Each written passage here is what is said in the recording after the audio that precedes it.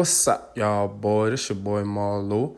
Alright, we got Ashley Phosphate, and Ashley Phosphate wasn't only important to Charleston. Ashley Phosphate was important to the whole world. Ashley Phosphate is 4.3 miles from Rivers Avenue to Dorchester Road. In the 1870s, the South Carolina phosphate mining industry had the entire world booming after scientists Francis Holmes, St. Julian Ravenel, Pratt, and Shepard discovered the only rock-type substance in the area called stinking stone. They found out that the phosphate rock was the best fertilizer and that the Ashley Phosphate Road area had the most phosphate on the East Coast.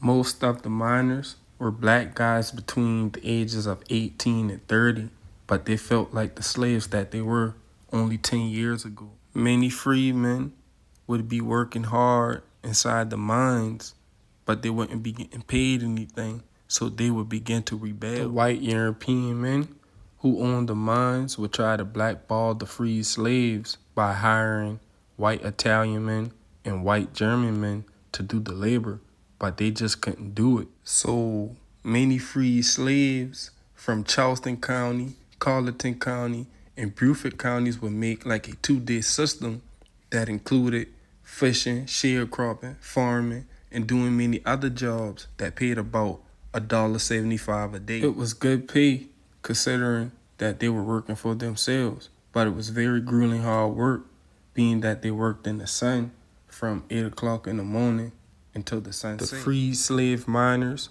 had to dig about 5 feet before they hit the 12-inch thick layer of phosphate.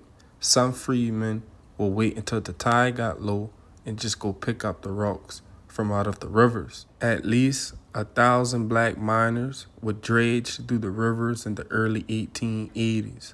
By 1892, more than 5,200 miners were working the rivers and the fields. South Carolina phosphate industry was the world leaders until the 1890s, when bad things started happening, like bad weather and very high murder rates.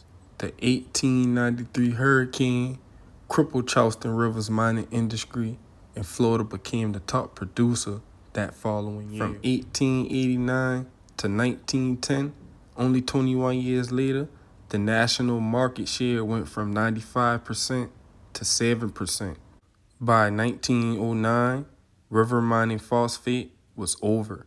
A farmer's lawsuit in 1881 had stamped legacy of contamination. The Federal Environment Protection Agency stated that the Charleston's Ashley Phosphate area is one of the most contaminated places in the whole country.